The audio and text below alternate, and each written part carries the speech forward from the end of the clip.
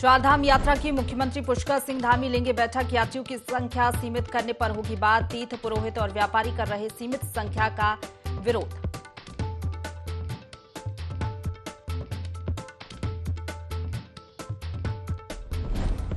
रामनगर में आज से शुरू होगा G20 समिट। 18 देशों के डेलीगेट्स लेंगे इस समिति में भाग। सीएम धामी भी सम्मेलन में होंगे शामिल।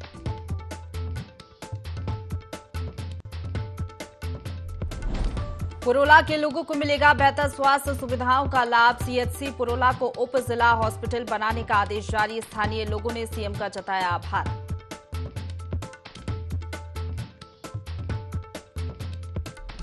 हरिद्वार पुलिस को मिली बड़ी सफलता। एटीएम लूट रहे 5 बदमाशों को पुलिस ने किया गिरफ्तार। देसी तमंचा और मशीन तोड़ने के हथियार भी बरामद।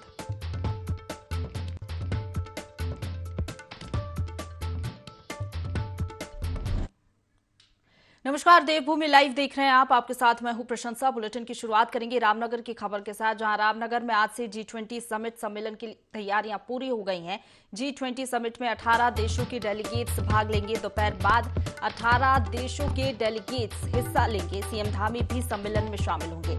समिट को लेकर सुरक्षा के पुख्ता इंतजाम किए गए हैं। तो रामनगर में G20 समिट सम्मेलन होने जा रहा है, जिसकी तैयारियां लगभग पूरी कर ली गई है। G20 समिट में 18 देशों के डेलीगेट्स भाग लेंगे। दोपहर बाद 18 देशों के डेलीगेट्स शामिल होंगे।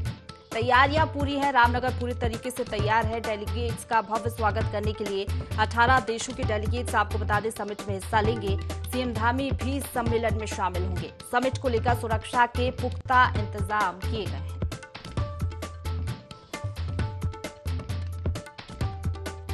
रामनगर से खबर बता रहे हैं, रामनगर में आज से G20 समिट सम्मेलन के लिए तैयारियां पूरी हो गई हैं। G20 समिट में 18 देशों के डेलीगेट्स भाग लेंगे।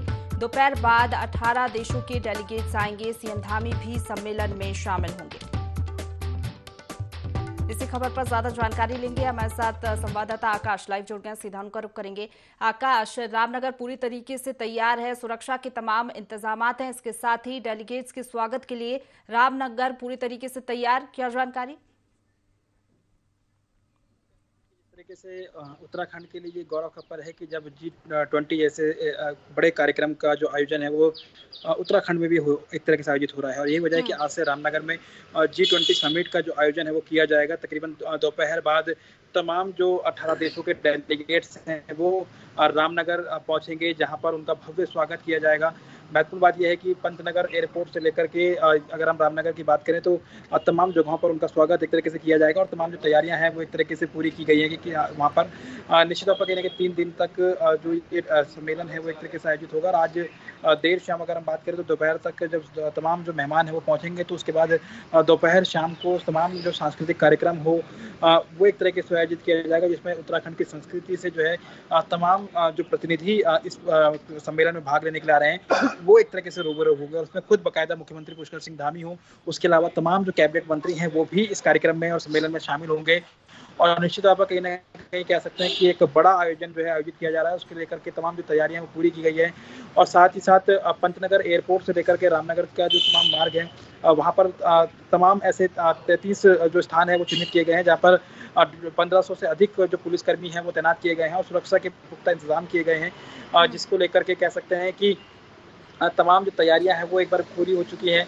और कल अगर हम बात करें तो कल राउंड टेबल मीटिंग होगी, जिसमें साइंस तकनीकी सलाहकार जो है वो शामिल होंगे और तमाम चीज़ों को लेकर के मंथन करेंगे कि किस तरीके से जो है इस तकनीकों को इस्तेमाल किया जाए। तमाम जो सुरक्षा सलाहकार है वो एक तरीके से इसमें भाग लेंगे।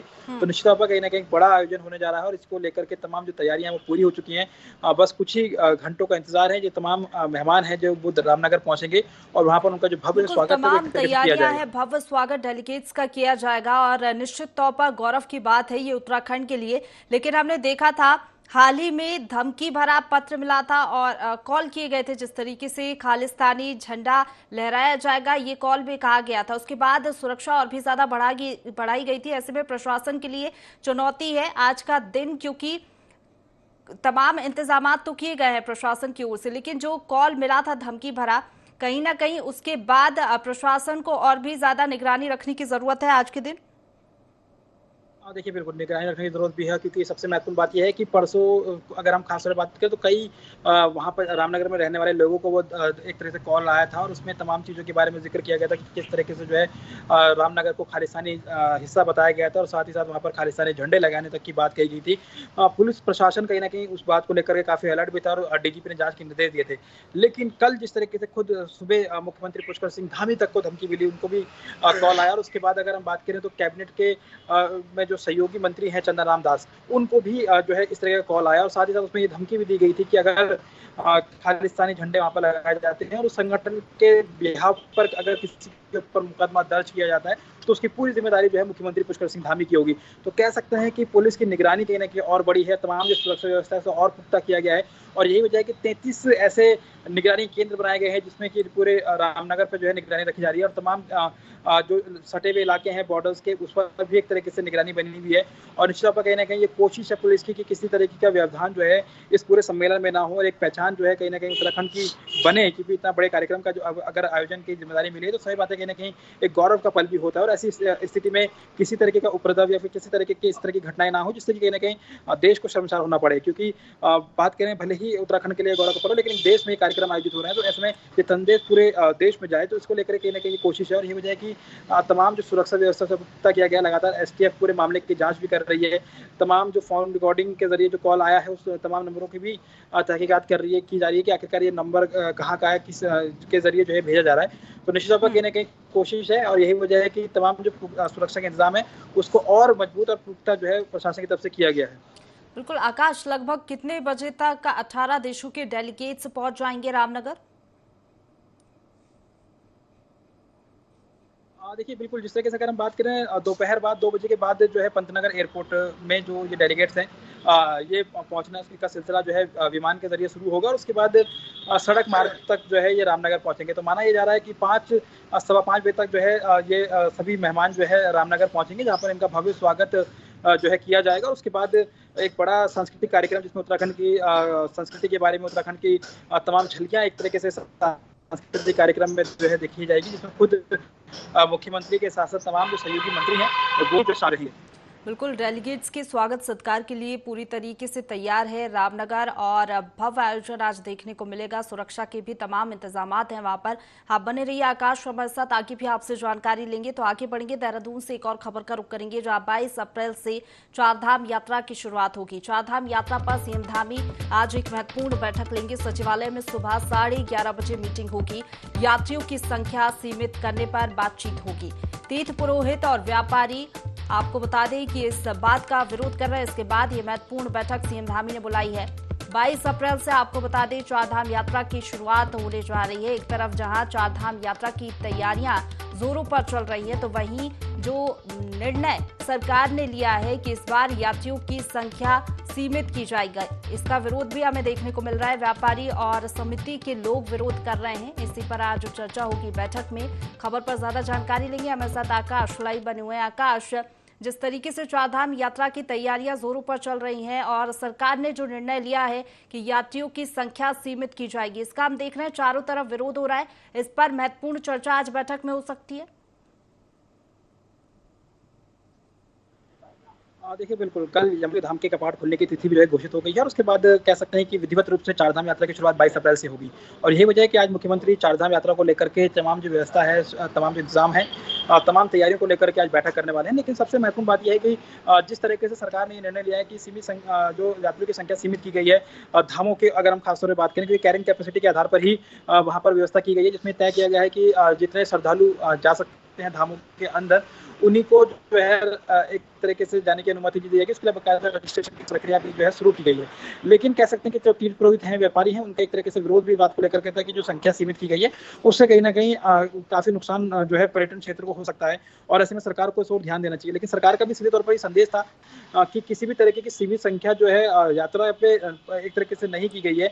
रजिस्ट्रेशन इसलिए अनिवार्य किया गया कि लोगों की एक तरीके से संख्या सरकार के पास हो कि कितने लोग जो है यात्रा करने के लिए आ रहे हैं, लेकिन जो धामों के अंदर कैरिंग कैपेसिटी है उसी के आधार पर जो है लोगों को जाने के अनुमति दी जाएगी। और कह सकते हैं कि इसी को लेकर के कहीं ना कहीं ये कोशिश भी सरकार की, कल भी एक इनिशियली बैठक जो है मुख्यमंत्री ने की थी, जिसमें कहा गया था कि जो पंचायत के लोग हैं, जो तमाम जो महापंचायत की जो मांगे थी उसके अनुरूप ही यात्रा की जाएगी।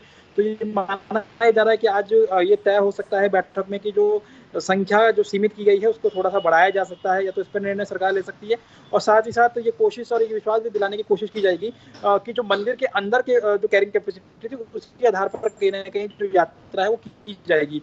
क्योंकि बाकी जो यात्रा मार्ग है उस पर कोई रजिस्ट्रेशन या फिर जो श्रद्धालु है वो जा सकते हैं, लेकिन जिस तरह उत्साह कहीं ना कहीं श्रद्धालु मिल रहा है रजिस्ट्रेशन के आधार पर, जो तमाम जो रजिस्ट्रेशन हुए हैं, हमने देखा था कि जब रजिस्ट्रेशन की संख्या सरकार ने खोली थी तो उसमें ही एक तरीके से कपाट की तिथि घोषित हुई थी, और उसके नतीजा ये रहा था कि उस आंकड़े ने जो है 24 घंटे, अगर हम कहें कि 5 से 6 घंटे में ही 1 लाख का आंकड़ा पार कर लिया था।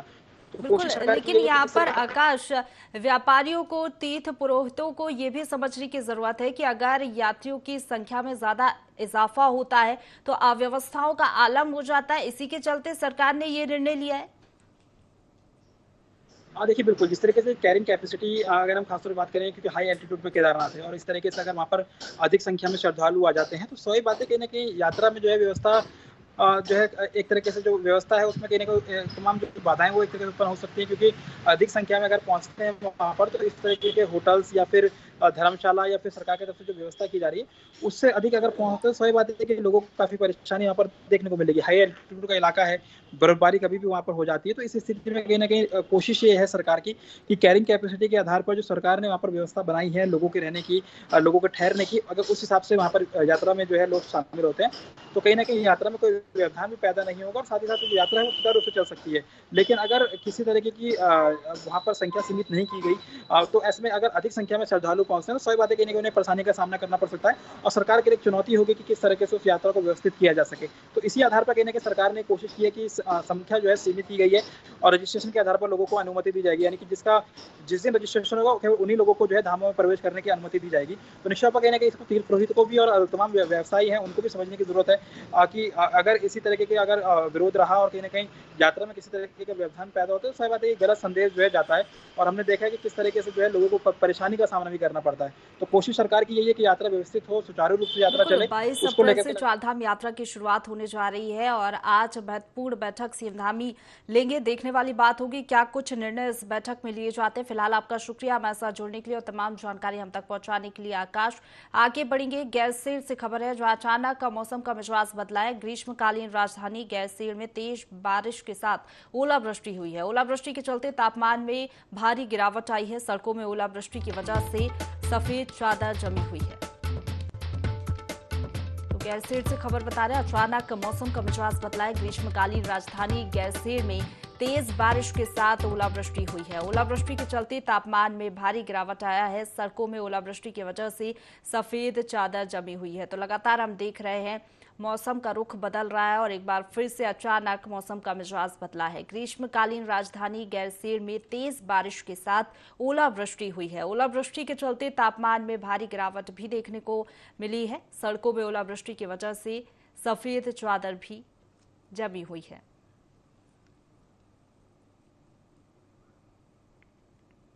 मंगलौर में 1 साल बेमिसाल कार्यक्रम का आयोजन किया गया जिसमें उत्तराखंड सरकार का 1 साल पूरा होने पर सरकार की योजनाओं को जनता के सामने रखा गया।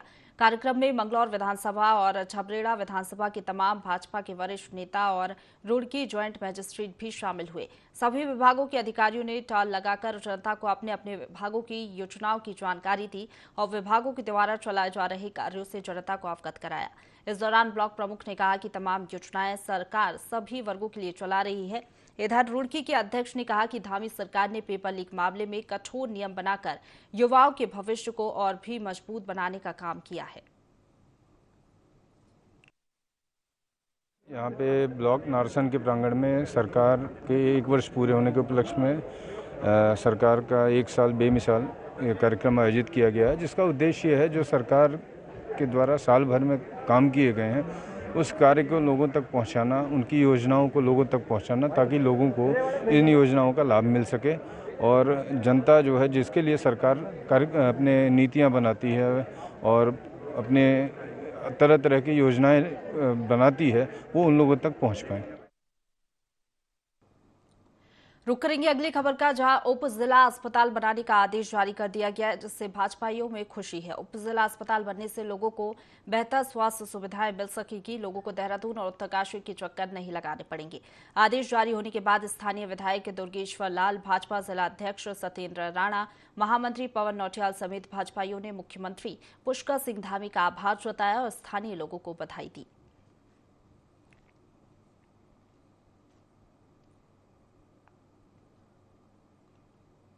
तो लोगों को अब बेहतर स्वास्थ्य सुविधाएं मिल सकेंगी। सीएम धामी का आभार भी इस दौरान ब्लॉक अध्यक्ष ने जताया। देहरादून और उत्तरकाशी के अब लोगों को चक्कर नहीं काटने पड़ेंगे, क्योंकि अब उप जिला अस्पताल बनाने का आदेश जारी हो गया है। और इस आदेश के जारी होने के बाद बीजेपी नेताओं में खुशी की लहर है। साथ ही साथ आपको बता दें कि लोगों को अब बेहतर स्वास्थ्य सुविधाएं मिल सकेंगी। उनको देहरादून और उत्तरकाशी के चक्कर नहीं काटने पड़ेंगे।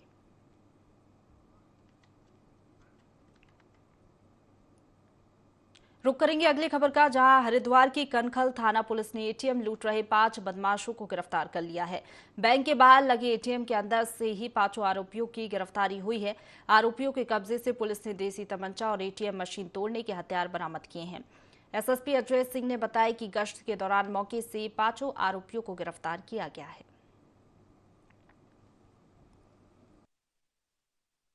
जगजीतपुर ब्रांच में जो है कल 5 बदमाश एटीएम, जो बैंक है उसके बगल में एक एटीएम भी है, उसमें घुसे थे और वहां तोड़फोड़ करके एटीएम से कैश निकालने का प्रयास कर रहे थे। चूंकि चेतक कर्मचारी रात्रि गश्त पर थे, उनके द्वारा एक पहले संदिग्ध जो बाहर वेट एंड वॉच के लिए देखने के लिए लगा होता उसको देखा और उसके पास उसको पकड़ने के बाद जब पूछताछ करी तो पता चला उसके 4 अन्य साथी बैंक है उसके बगल में जो एटीएम है उसमें घुसे हुए हैं।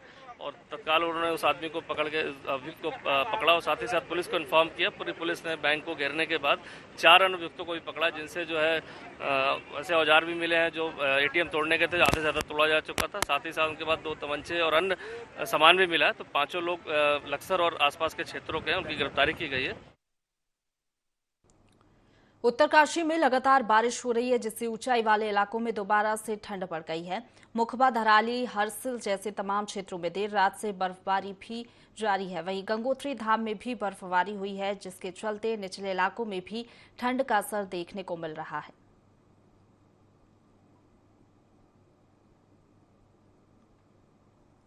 तो उत्तरकाशी में तेज बारिश हुई। बारिश के साथ आपको बता दें कि बर्फबारी भी हुई है। देर रात से बर्फबारी जारी है इलाके में, जिसके चलते ठंड भी बढ़ गई है। तापमान में गिरावट दर्ज की गई है।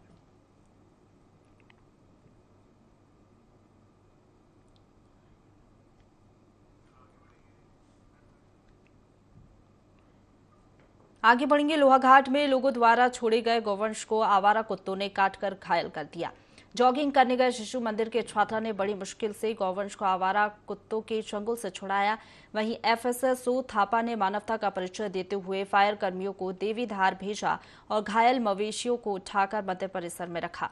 इधर मामला संज्ञान में आते ही एसडीएम रिंकू विश ने सीबीओ को फोन कर तत्काल घायल गौवंश के इलाज के निर्देश दिए, लेकिन इलाज के दौरान गौवंश की मौत हो गई। वहीं लोहाघाट एसडीएम रिंकू विष्ट और नगर पालिका अध्यक्ष गोविंद वर्मा ने गौवंश को आवारा छोड़ने वालों के खिलाफ कड़ी कार्रवाई करने की बात कही है। इसके जो पूरे इंटरनल ऑर्गन डैमेज है, आते हैं सभी फटी पड़ी है और ह्यूमन पूरा डैमेज है।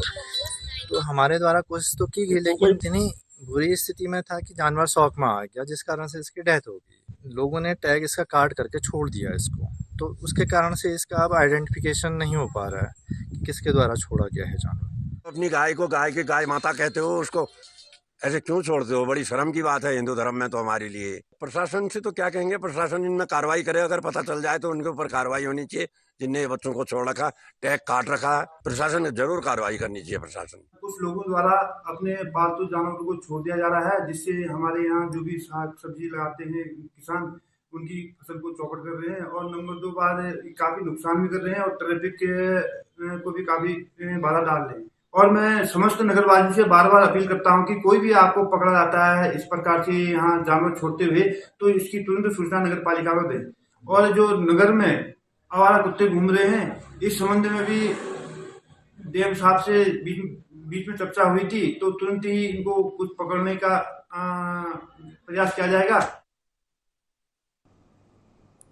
रुक करेंगे अगली खबर का, जहां सितारगंज मंडी सभागार में बाल विकास विभाग की ओर से बेटी बचाओ बेटी पढ़ाओ कार्यक्रम का आयोजन किया गया, जिसमें कैबिनेट मंत्री सौरभ बहुगुणा ने शिरकत की। वहीं बाल विकास विभाग के द्वारा आयोजित कार्यक्रम में क्षेत्र की लगभग 2 दर्जन से अधिक महिलाओं की गोद भराई कराई गई। साथ ही कार्यक्रम में मौजूद बच्चियों को पोषण से रहित भोजन कराया गया। इस दौरान कैबिनेट मंत्री ने कहा कि बेटी बचाओ बेटी पढ़ाओ प्रधानमंत्री नरेंद्र मोदी द्वारा चलाई गई एक महत्वाकांक्षी योजना है। पूरे प्रदेश में पिछले 8 वर्षों से बेटी पढ़ाओ बेटी बचाओ योजना चलाई जा रही है, जो कि काफी सफल है।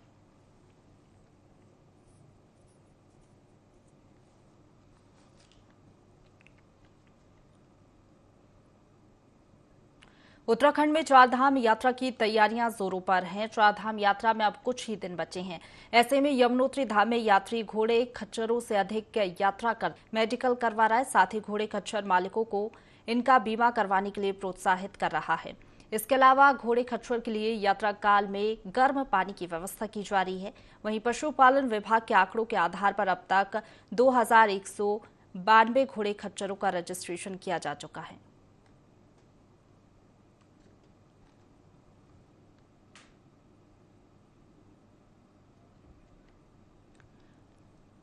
तो चारधाम यात्रा की तैयारियां जोरों पर चल रही हैं। घोड़े खच्चरों के मेडिकल करवाए जा रहे हैं और तमाम व्यवस्थाएं चारधाम यात्रा को लेकर की जा रही हैं। अभी तक 2152 घोड़े खच्चरों का रजिस्ट्रेशन हो चुका है और इनके बीमा के लिए भी कैंप लगाकर प्रोत्साहित किया जा रहा है।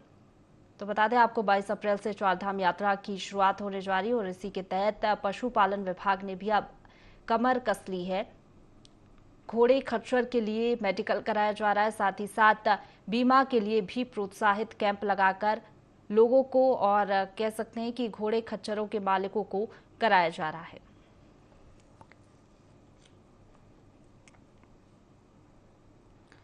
तो 22 अप्रैल से चारधाम यात्रा की शुरुआत होगी। इसके पहले चारधाम यात्रा की तैयारियां जोरों पर चल रही हैं।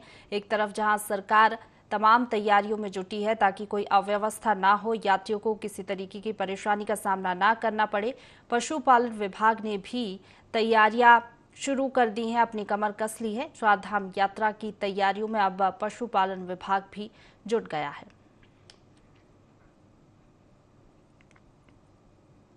रुक करेंगे अगली खबर का, जहां काशीपुर में नशे के खिलाफ लगातार कार्रवाई जारी है। इसी कड़ी में एसएसपी मंजुनाथ टीसी के निर्देश पर पुलिस टीम ने 136 इंजेक्शन के साथ 2 युवकों को गिरफ्तार किया। पुलिस पूछताछ में अभियुक्तों ने बताया कि वे नशे के इंजेक्शन काशीपुर के मेडिकल स्टोर से बिना किसी डॉक्टर की सलाह और पर्ची के खरीद कर लाते हैं और उन्हें ऊंचे दामों में नशे के आदी लोगों को बेच देते हैं। लगातार काशीपुर क्षेत्र में भी ये कुछ प्रतिबंधित दवाओं के बिकने की सूचना आ रही है। इस क्रम में पूर्व में भी कई बार छापेमारी की गई। कल शाम चेकिंग के दौरान कटोराताल चौकी इंचार्ज को सरकारी अस्पताल के पीछे एक बाग में 2 नशेड़ी इस प्रकार के मिले, जिनके पास से लगभग 136 इंजेक्शन जो कि प्रतिबंधित हैं, बिना डॉक्टरी प्रिस्क्रिप्शन के ये नहीं दिए जा सकते हैं। ऐसे 2 व्यक्तियों के पास से ये इंजेक्शन बरामद हुए हैं। इनको कब्जे में लिया गया और इसमें पूछताछ की गई तो पता चला कि ये अन्य 2 मेडिकल स्टोर जिनके नाम आए हैं प्रकाश में, वहाँ से इनको लेकर आ रहे थे। नहीं है, अभी वर्तमान में इनको उन्होंने रिमांड में लिया है और भविष्य में जो इसमें इन्वॉल्व हैं उनकी भी हम इसमें जाँच पड़ताल करें। इसी के साथ बुलेटिन में फिलहाल इतना ही। खबरों का सिलसिला लगातार जारी है, आप बने रहिए हमारे साथ।